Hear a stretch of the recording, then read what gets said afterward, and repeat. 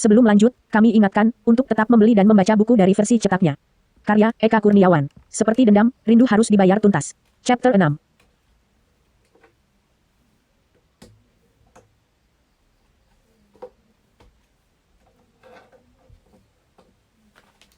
Ia seorang janda muda beranak dua, berumur sekitar 32.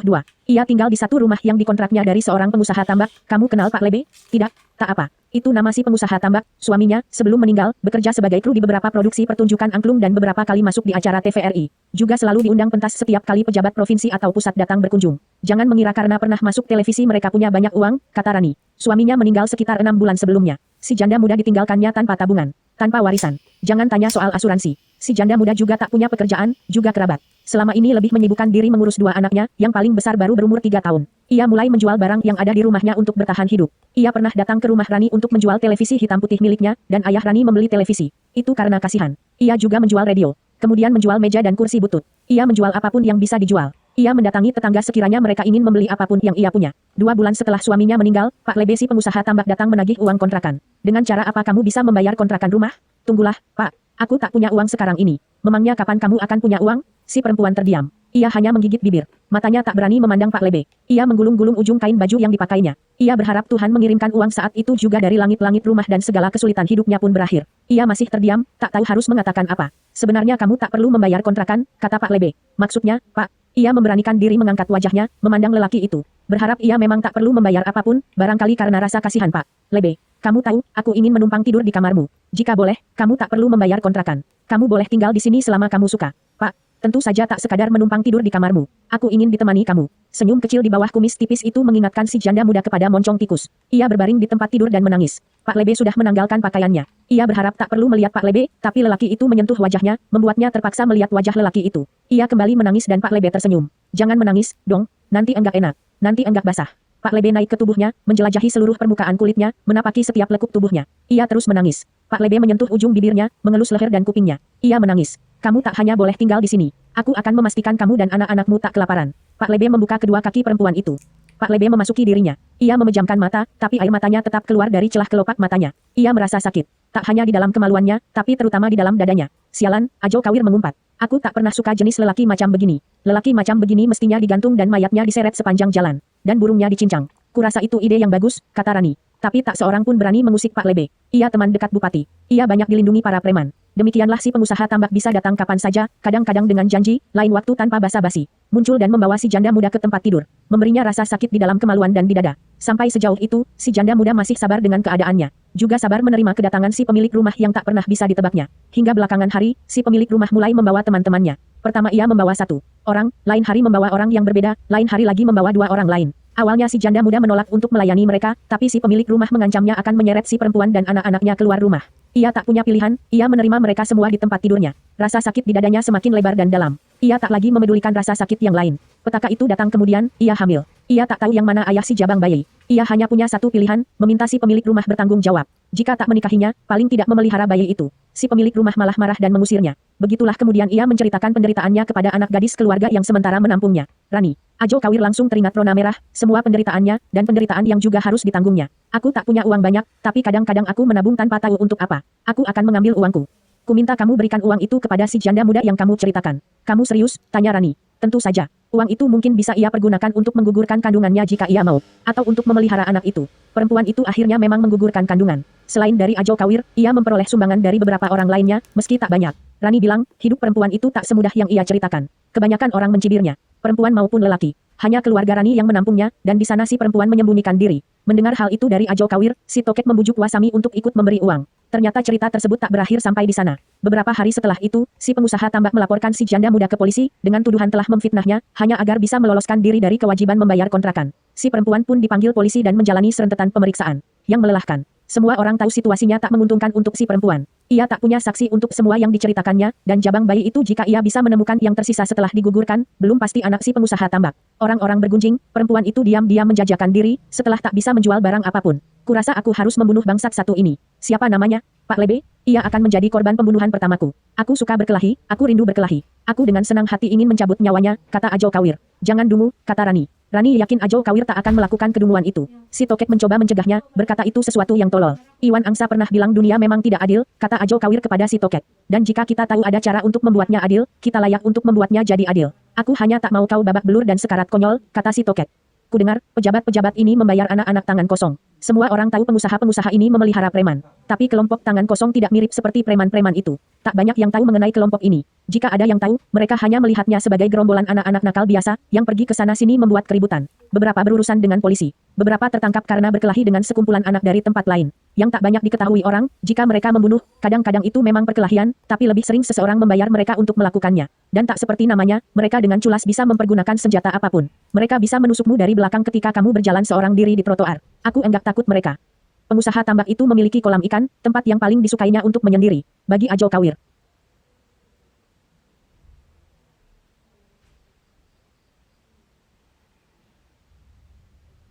Apapun latar belakangnya menyendiri di kolam ikan, dengan bungalau kecil dan kebun di sekelilingnya, tempat itu merupakan lokasi yang menakjubkan untuk menghajarnya. Ia datang ke sana, tapi yang ia tak tahu, lelaki itu dikawal seseorang. Seorang gadis yang mencegatnya di jalan setapak. Iteung. Dan itulah kali pertama ia bertemu dengan Iteung. Aku tahu kamu mengincar tua bangka itu, aku sudah memerhatikanmu, kata si gadis. Sebelum kamu bisa menyentuhnya, lewati dulu mayatku. Ajo Kawir hampir tertawa mendengar pilihan katanya, seperti dicontek dari komik silat yang pernah dibacanya waktu kecil dari si penyewa buku yang berkeliling dengan sepeda. Ia tak pernah memukul perempuan, maka ia hanya mendorong Iteung ke samping. Di luar dugaannya, gadis itu memiting tangannya, mendorongnya, dan dengan sedikit gerakan, membantingnya ke tanah.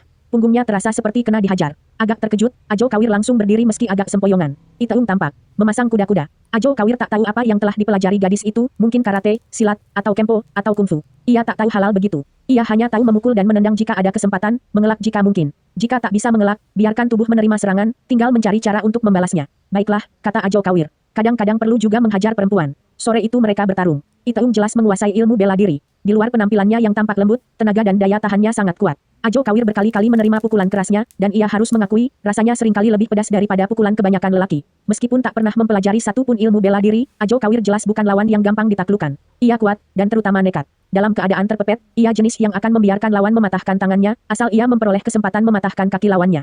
Itu yang membuat si gadis kesulitan menjatuhkannya, meskipun ia berkali-kali berhasil menghajarnya, dan sebagai gantinya, berkali-kali ia memperoleh pukulan dan tendangan pula. Mereka menghabiskan waktu sekitar 1 jam lewat untuk saling menjatuhkan dan saling mendaratkan kepalan. Pipi Ajo Kawir telah robek, dan hidung si gadis mengucurkan darah. Jangan tanya lebam biru di sana-sini. Dalam keadaan kelelahan, Ajo Kawir kemudian hanya bisa mengirimkan pukulan lemah ke pipi si gadis, yang dengan mudah dibalas Iteung dengan pukulan lemah pula. Lalu keduanya ambruk ke rerumputan. Napas tersengal. Boleh juga kau, kata Iteung beberapa saat kemudian. Suaranya terdengar lirih, nyaris lenyap ditelan desis angin. Sialan, kata Ajo Kawir. Aku masih bisa menghajarmu. Lupakan saja. Lebih baik kamu pulang. Siapa yang suruh? Enggak seharusnya kamu ikut campur urusan orang-orang macam begitu. Aku enggak disuruh siapa-siapa. Aku datang sendiri. Enggak percaya. Terserahmu. Aku datang karena mendengar cerita tentang perempuan itu. Perempuan? Si janda muda? Ya, tampak Iteung mengangguk kecil. Saat itu keduanya masih tergeletak di rerumputan, telentang memandang langit. Di pinggir jalan setapak yang membelah sepetak kebun. Selama beberapa saat gadis itu terdiam, demikian juga Ajo Kawir. Barangkali sama memikirkan si janda muda. Hingga si gadis kemudian memiringkan tubuhnya, memandang ke arah Ajo Kawir. Kamu ingin tahu cerita sebenarnya yang kalian belum tahu? Apa? Satu malam Pak Lebe datang ke rumah si janda muda, yang waktu itu belum menjadi janda. Hampir pukul 11. Ia bilang, ia hanya mampir untuk menengok rumahnya. Si janda muda tak bisa menolak. Bagaimanapun, ia tinggal di rumah Pak Lebe, meskipun benar, ia telah membayar kontrakannya. Di mana suamimu? Tanya Pak Lebe. Latihan angklung, mau ada pentas. Pak Lebe tahu itu, bahkan tanpa perlu bertanya. Suami perempuan itu sering pulang larut malam. Di waktu-waktu menjelang pentas, untuk latihan. Ia tersenyum dan memandang perempuan di depannya. Kamu tidak kesepian? Maksud bapak, suamimu pulang larut malam terus, kata Pak Lebe. Ia kembali tersenyum. Senyum di bawah kumis tipis. Si janda muda merasa itu senyum paling menjijikan yang pernah dilihatnya. Kamu pasti kesepian. Aku bisa menemanimu kalau mau. Aku tidak kesepian. Tapi aku kesepian, kata Pak Lebe. Kadang-kadang aku membayangkan, kamu mau menemaniku. Aku tak kesepian. Kalau bapak kesepian, silakan cepat pulang ke istri bapak. Ia ingin meludah ke muka lelaki itu, tapi ia menahan dirinya. Si perempuan tak memiliki alasan apapun untuk mengkhianati cinta kepada suaminya. Hingga si bangkai tua membunuh si seniman, kata si Iteung. Membunuh? Banyak orang mengira ia mati karena muntaber. Muntah-muntah setelah pesta penutupan satu pertunjukan. Sebenarnya racun. Bahkan perempuan itu pun tak tahu suaminya mati terbunuh. Setelah itu, kamu tahu bagaimana cerita selanjutnya. Dari mana kamu tahu ia dibunuh? Aku tahu siapa yang membunuh. Anak tangan kosong. Ia dibayar Pak Lebe. Bajingan. Mereka masih berbaring di rerumputan. Ajo Kawir merasa badannya hancur. Ia memandang langit, dan seekor burung elang terbang lambat di kejauhan. Ia mencoba mengangkat tangannya. Serasa tak ada tenaga. Ia menoleh ke samping. Gadis itu juga melirik ke arahnya. Sejenak mereka saling memandang. Merasa jengah, Ajo Kawir kembali memandang langit. Kalau kamu sudah bisa berdiri, temui bangkai tua itu. Ada obat Cina dari guruku di perguruan, di tasku yang bisa bikin kamu pulih dalam 15 menit, tapi 6 jam kemudian kamu akan ambruk kembali dan enggak akan bisa bangun paling tidak 3 hari kemudian. Jadi lakukan apa yang kamu mau, dengan cepat. Ajo Kawir kembali menoleh ke arah gadis itu. Jangan membunuhnya, itu akan merepotkan, kata Iteung. Demi perempuan itu. Ajo Kawir masih terdiam. Hanya giginya bergemelutuk, dan kepalan tangannya mengencang. Dan pakai penutup muka, brengsek. Si gadis tersenyum ke arahnya. Ajo Kawir melihat tas di satu pojok kebun. Ia memandang ke arah gadis itu. Ia baru menyadari betapa manisnya si gadis, terutama ketika tersenyum seperti waktu itu. Senyumnya membuat kemarahan bocah itu mereda sejenak. Setelah si gadis mengangguk, Ajo Kawir merangkak dengan susah payah menghampiri tas si gadis. Ia menemukan topeng penutup muka di dalamnya, berupa kain berwarna hitam, dan obat yang disebut si gadis. Ajo Kawir menawarkan obat itu ke Iteung, tapi si gadis menggeleng. Kamu tahu aku tak memerlukannya. Ia menemukan Pak Lebe sedang memberi makan ikan-ikan di kolamnya. Selamat sore, Pak, ada yang ingin aku bicarakan. Ia tak merasa perlu menutupi mukanya. Pak Lebe tidak mengenalinya, tapi ia membawa Ajo Kawir masuk ke dalam bungalau kecilnya. Ada perlu apa? Tanya Pak Lebe sambil menyuruh Ajo Kawir duduk. Perlu ini, kata Ajo Kawir sambil melayangkan tinjunya ke muka Pak Lebe. Ia tak merasa harus duduk terlebih dulu, dan ia merasa basa-basinya sudah terlalu panjang. Hei, siapa kamu? Setan dari neraka, kata Ajo Kawir, dan ia menendang selangkangan lelaki tua itu. Pak Lebe terhuyung, tapi bahkan sebelum terjatuh ke lantai, Ajo Kawir sudah mengirimkan kembali pukulannya. 1 pukulan, 2 pukulan, 3 pukulan. Pak Lebe nyaris tak berbuat apapun, kecuali menjerit-jerit. Iteung, tak usah memanggil gadis itu. Ia sedang sekarat di pinggir kebunmu. Ia mengirim 1 pukulan lagi dan Pak Lebe terempas ke dinding, dengan pipi robek. Napasnya mulai tersengal-sengal. Darah mengucur dari hidungnya. Ajo Kawir mengibas-ngibaskan jemarinya, lalu berjongkok di samping Pak Lebe. Jangan pernah ganggu si janda muda itu dengan apapun lagi, sebab aku bisa datang lagi dan kali lain, aku bisa membunuhmu. Aku tak main-main. Kenali wajahku, jika kau memutuskan untuk membuat perhitungan denganku. Iya, tidak, aku tak akan membuat perhitungan denganmu. Dan sebagai tanda kesepakatan kita, aku meminta sesuatu darimu. Ajo Kawir mengeluarkan pisau lipat, memegang telinga kanan Pak Lebe, lalu mengirisnya. Pak Lebe meraung keras, suaranya mungkin sampai ke ujung terjauh kebunnya. Ajo Kawir berdiri di pinggir kolam. Suara raungan Pak Lebe tak lagi terdengar. Lelaki tua itu sudah tak sadarkan diri. Ajo Kawir melemparkan potongan telinga Pak Lebe ke kolam. Seekor ikan melompat dan menangkap potongan telinga itu. Mungkin ikan mas, atau gurame, atau lele. Tak ada bedanya. Seperti kata si gadis, ia baru bangun 3 hari kemudian. Ia menginap di rumah si Tokek, sebab ia tahu hanya si Tokek yang bisa menungguinya selama 3 hari 3 malam itu. Hari itu telepon rumah, lebih tepatnya telepon toko kelontong milik Wasami, berdering, dan seseorang bertanya tentang Ajo Kawir. Wasami memberikan gagang telepon ke Ajo Kawir, yang menerimanya dengan rasa heran. Bagaimana tidurmu? Semoga kamu baik-baik saja. Suara seorang gadis. Ia tak langsung mengenal suara si penelepon, dan tak tahu dari mana si pengirim mengetahui ia berada di rumah si Tokek. Tapi tak berapa lama ia tahu, itu si gadis yang telah berduel dengannya. Iteung. Ia tersenyum. Belum pernah ia tersenyum selebar itu di tahun-tahun tersebut. Sejak itu mereka saling mengirimkan pesan pendek, melalui radio. Pagi, siang, malam. Si Tokek melihat perubahan yang menakjubkan dari Ajo Kawir. Ia sering duduk berlama-lama mendengarkan radio, mengirimkan lagu untuk seorang gadis, dengan senyum kecil dan wajah berbinar-binar. Si Tokek tak perlu bertanya, ia segera tahu gadis mana yang disukai Ajo Kawir. Itu cukup untuk membuatnya ikut berbahagia. Setelah beberapa puluh, barangkali melebihi angka 100 pesanan lagu di radio, mereka bertemu di kedai makan, dan mengunjungi festival kota yang diadakan setiap bulan Agustus. Keduanya saling memeriksa luka masing-masing, memastikan keduanya baik-baik saja, kemudian sama-sama tertawa.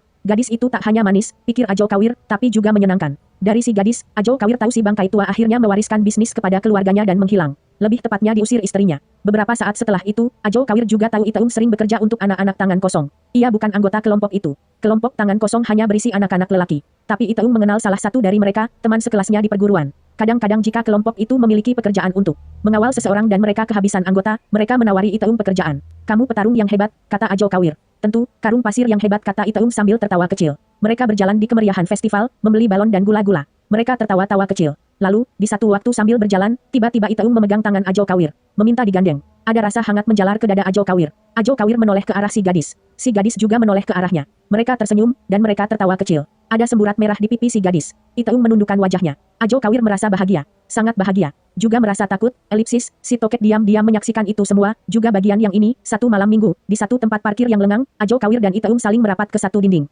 Mereka berciuman. Menurut si Tokek, barangkali itu kali pertama Ajo Kawir berciuman dengan seorang gadis. Ciuman membara, yang nyaris tanpa akhir. Si gadis memegang tangan Ajo Kawir, menuntunnya masuk ke dalam pakaiannya, meletakkannya di kedua dadanya. Itu membuat Ajo Kawir agak merinding, bahagia sekaligus cemas. Ia meremas buah dada si gadis, dan Iteung menggeliat. Suhu badannya meningkat. Dengan napas yang berpacu, sebelah tangan Iteung menyelinap ke balik celana Ajo Kawir. Si bocah menyadari ini, buru-buru menangkap tangan Iteung. Dengan lembut menjauhkannya dari kancing celana. Ia tahu tangan si gadis akan kembali lagi. Sebelum itu terjadi, Ajo Kawir merasa harus melakukan sesuatu. Sementara tangan kirinya terus meremas buah dada si gadis, tangan kanannya turun dan masuk ke balik rok Iteung, menyelinap ke balik celana dalam. Entah dari mana ia belajar hal itu. Jari tengahnya merayap.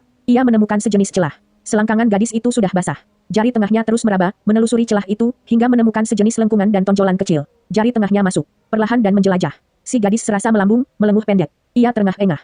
Ia memekikan kalimat pendek, dan terkulai di bahu Ajo Kawir. Keduanya kemudian melorot dan duduk di tanah, bersandar ke dinding. Terima kasih, kata Itaung. Aku belum memberi bagianmu. Kapan-kapan saja. Suara Ajo Kawir terdengar tak yakin.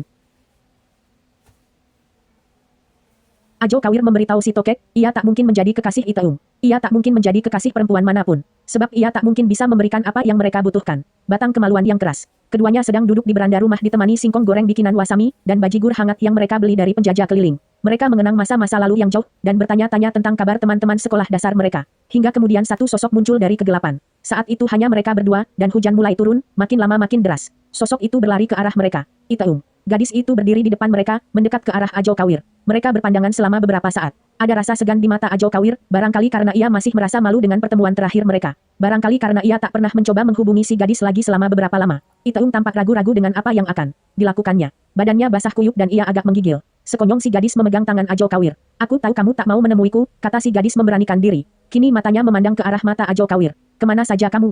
Kenapa tidak kamu balas semua laguku di radio? Kenapa kamu menghindariku? Di titik ini si gadis tampaknya mulai menangis, meskipun air matanya tak tampak di wajahnya yang basah. Jadilah kekasihku. Aku sangat merindukanmu. Aku sangat menderita menunggu kabar darimu. Aku ingin menciummu, aku ingin kamu memelukku, aku ingin bercinta denganmu. Jadilah kekasihku. Suaranya terdengar hampir memohon. Ia tak tampak seperti gadis yang dulu pernah berkelahi dan tak terkalahkan melawan Ajo Kawir. Si Tokek melihat kilatan rasa takut di mata Ajo Kawir. Dan ia sangat terkejut melihat Ajo Kawir tiba-tiba menggeleng. Apa? Tanya si gadis. Enggak bisa. Aku enggak bisa menjadi kekasihmu. Kamu seperti cahaya dan aku gelap gulita, sesuatu yang kamu tak akan mengerti. Tentu saja ia ingin mengatakan sesuatu yang tak terucapkan mulutnya, aku tak bisa ngaceng. Si gadis terpaku sejenak, memandang tak percaya ke arah Ajo Kawir. Lalu ia melepaskan pegangan tangannya. Matanya menjadi berkaca-kaca, kini tampak jelas, dan tak berapa lama air mata deras meleleh di pipinya. Kamu jahat. Si gadis mundur dari teras, ke dalam hujan. Ia berdiri selama beberapa saat. Setelah itu si gadis berbalik dan berlari menerobos hujan meninggalkan mereka. Si Tokek masih terpana dengan semua kejadian itu hingga hanya bisa menganga. Lalu ia menoleh ke arah Ajo Kawir, yang juga hanya diam terpaku. Tiba-tiba ia menampar pipi Ajo Kawir, membuat Ajo Kawir tergeragap dan memandang ke arahnya. Goblok. Gadis itu cintamu. Jangan sampai kelak kamu menyesal. Kejar gadis itu. Sekarang, si Tokek kemudian mendorong Ajo Kawir ke dalam hujan. Sampai jumpa di chapter berikutnya.